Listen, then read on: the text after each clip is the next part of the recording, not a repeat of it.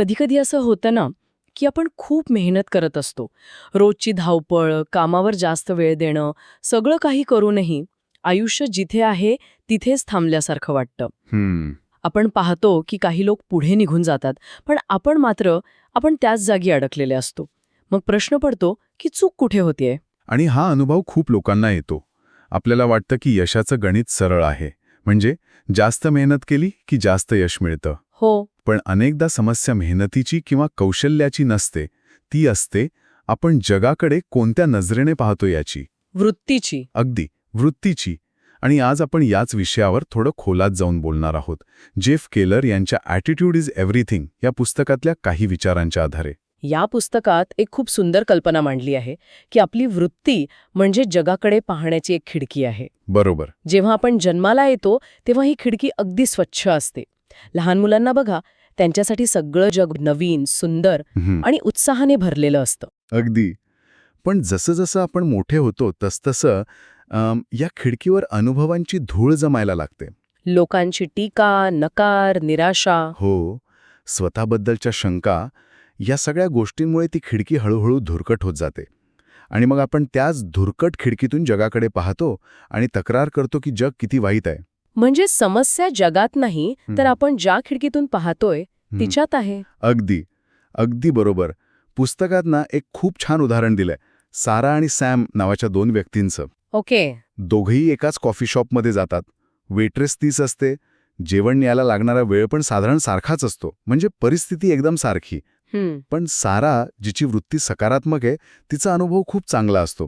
ती वेट्रेसशी हसून बोलते, जेवणाचा आनंद घेते. आणि आनंदाने परत जाते. बरोबर. आणि सॅम, ज्याची खिडकी धुरकट आहे, तो तक्रार करतो. हो, तो प्रत्येक गोष्टीबद्दल तक्रार करतो. वेट्रेस लवकर का आली नाही, कॉफी थंड आहे. बिल यायला किती वेळ लागतोय, असं सगळं. अगदी तेच. तो सतत चिडचिड करत असतो आणि तिथून रागाने निघून जातो. म्हणजे बघा, परिस्थिती दोघांसाठी सारखीच होती, पण त्यांच्या वृत्तीमुळे अनुभव पूर्णपणे वेगळा होता. आजच्या काळात तर ही खिडकी अजूनच धुरकट होत चालली आहे असं वाटतं, विशेषतः सोशल मीडियामुळे. खूप महत्वाचा मुद्दा आहे हा.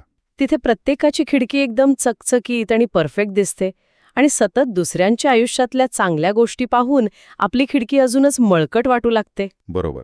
सोशल मीडिया हे एक प्रकारे परफेक्ट खिडक्यांचं प्रदर्शन आहे.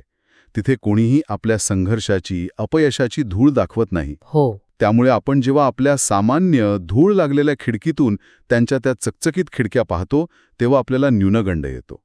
आपली वृत्ती नकळतपणे नकारात्मक होत जाते. खरंय. खरं तर लेखकाची स्वतःची गोष्टही खूप प्रभावी आहे.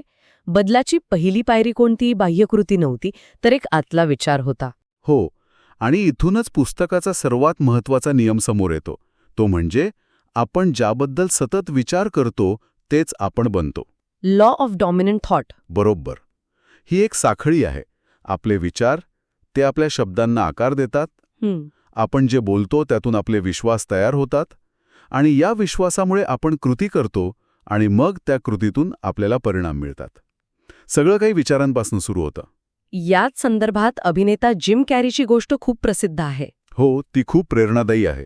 जेव्हा तो एक स्ट्रगलिंग ॲक्टर होता, तेव्हा त्याने स्वतःच्या नावाने $10 मिलियन एक चेक लिहिला.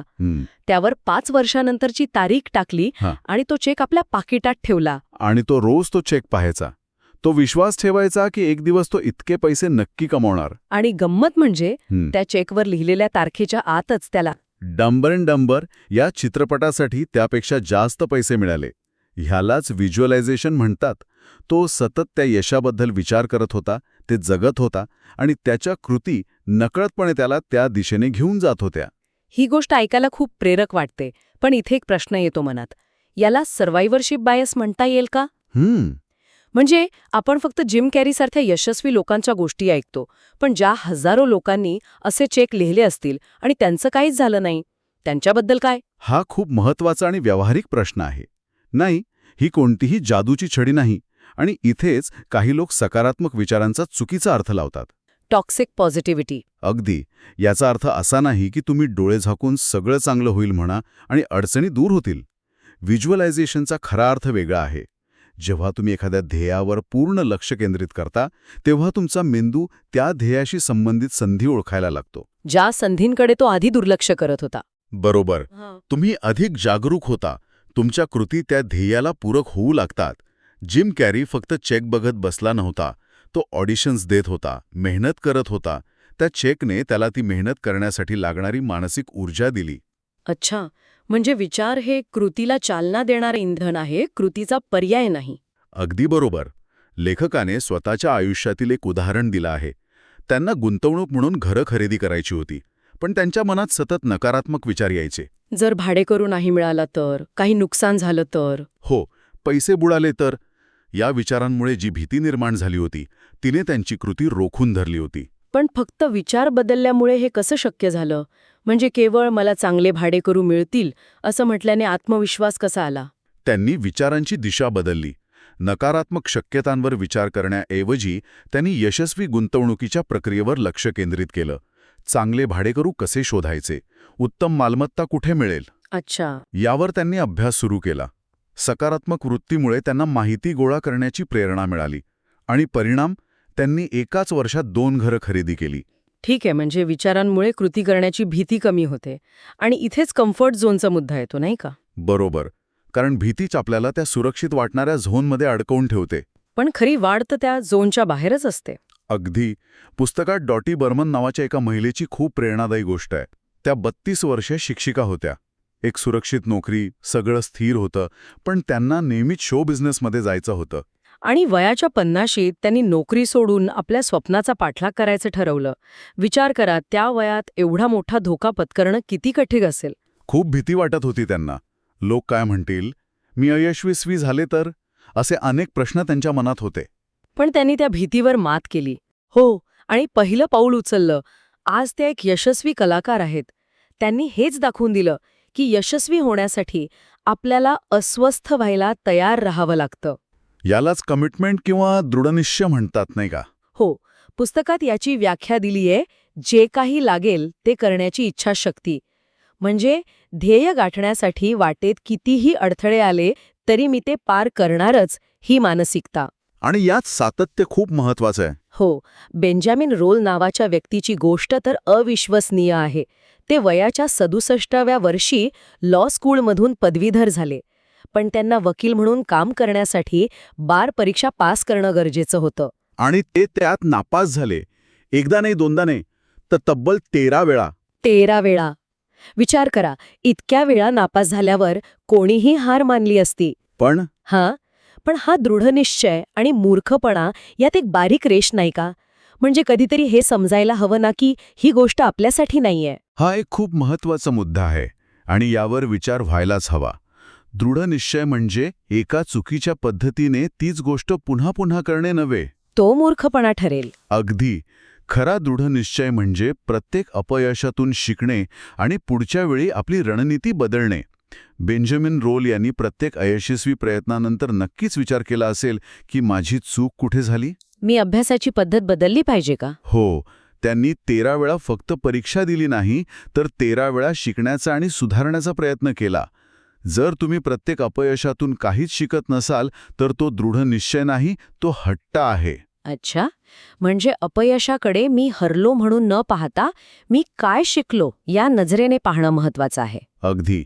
आणि म्हणूनच वयाच्या 74व्या वर्षी त्यांनी 14व्या प्रयत्नात ती परीक्षा पास केली.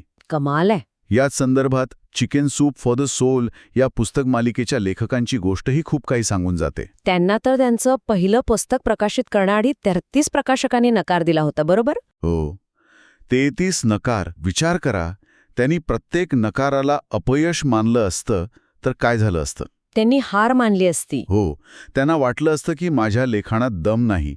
पण त्यांनी तसं पाहिलं नाही. ते प्रत्येक नकाराला ही प्रकाशन संस्था माझ्या पुस्तकासाठी योग्य नाही असं मानून पुढच्या प्रकाशकाकडे जात राहिले. आणि जर त्यांनी हार मानली असती तर आज करोडो लोकांना प्रेरणा देणारी ही पुस्तकं कधीच लिहिली गेली नसती. बरोबर. अपयश म्हणजे शेवट नाही, तर पुन्हा एकदा अधिक चांगल्या प्रकारे प्रयत्न करण्याची एक संधी आहे. या संपूर्ण चर्चेतून एक गोष्ट स्पष्ट होते. परिस्थिती आपल्या नियंत्रणात असो वा नसो, पण त्या परिस्थितीकडे पाहण्याची आपली वृत्ती पूर्णपणे आपल्या नियंत्रणात असते. हो, ती धुरकट झालेली खिडकी स्वच्छ करण्याचा निर्णय आपला असतो. पण हे सगळं ऐकायला खूप सोपं वाटतं. तुमची वृत्ती बदला.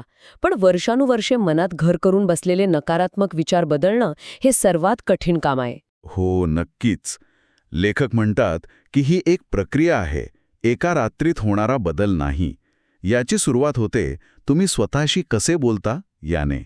म्हणजे आपल्या मनात येणारे नकारात्मक विचार ओळखून त्यांना सकारात्मक विचारांनी बदलण्याचा जाणीवपूर्वक प्रयत्न करणे. उदाहरणार्थ, मी हे करू शकत नाही या विचाराऐवजी मी हे करण्याचा प्रयत्न कसा करू शकेन असा प्रश्न स्वतःला विचारणे. आणि सकारात्मक लोकांच्या संगतीत राहणे. हो, ज्याप्रमाणे नकारात्मकता संसर्गजन्य असते त्याचप्रमाणे सकारात्मकताही असते. आणि तिसरी गोष्ट म्हणजे रोज अशा गोष्टी वाचणे किंवा ऐकणे ज्या तुम्हाला प्रेरणा देतात. हा एक प्रकारचा मानसिक व्यायाम आहे. म्हणजे जसं आपण शरीरासाठी व्यायाम करतो तसाच मनाच्या वृत्तीसाठीही रोज प्रयत्न करणं गरजेचं आहे. बरोबर. तर या संपूर्ण चर्चेचा सार असा आहे की ज्या क्षणी आपण आपली वृत्ती बदलण्याचा निर्णय घेतो त्याच क्षणी आपलं आयुष्य बदलायला लागतं. बरोबर. प्रश्न हा नाही की आपल्या आयुष्यात अडचणी आहेत की नाहीत, कारण त्या प्रत्येकाच्या आयुष्यात असणारच आहेत. खरा प्रश्न हा आहे की आपण त्या अडचणींकडे कसं पाहतो. त्यांना आपण आपल्या प्रगतीतील अडथळा मानतो की शिकण्याची एक संधी. आणि जाता जाता एक विचार. आपण सगळेच आपल्या आयुष्याची एक कथा लिहित असतो. पण प्रश्न हा आहे की आपण ही कथा एका बळीच्या दृष्टिकोनातून लिहित आहोत की एका नायकाच्या. आपली वृत्तीच ठरवते की आपण आपल्या कथेचे लेखक आहोत की फक्त एक पात्र.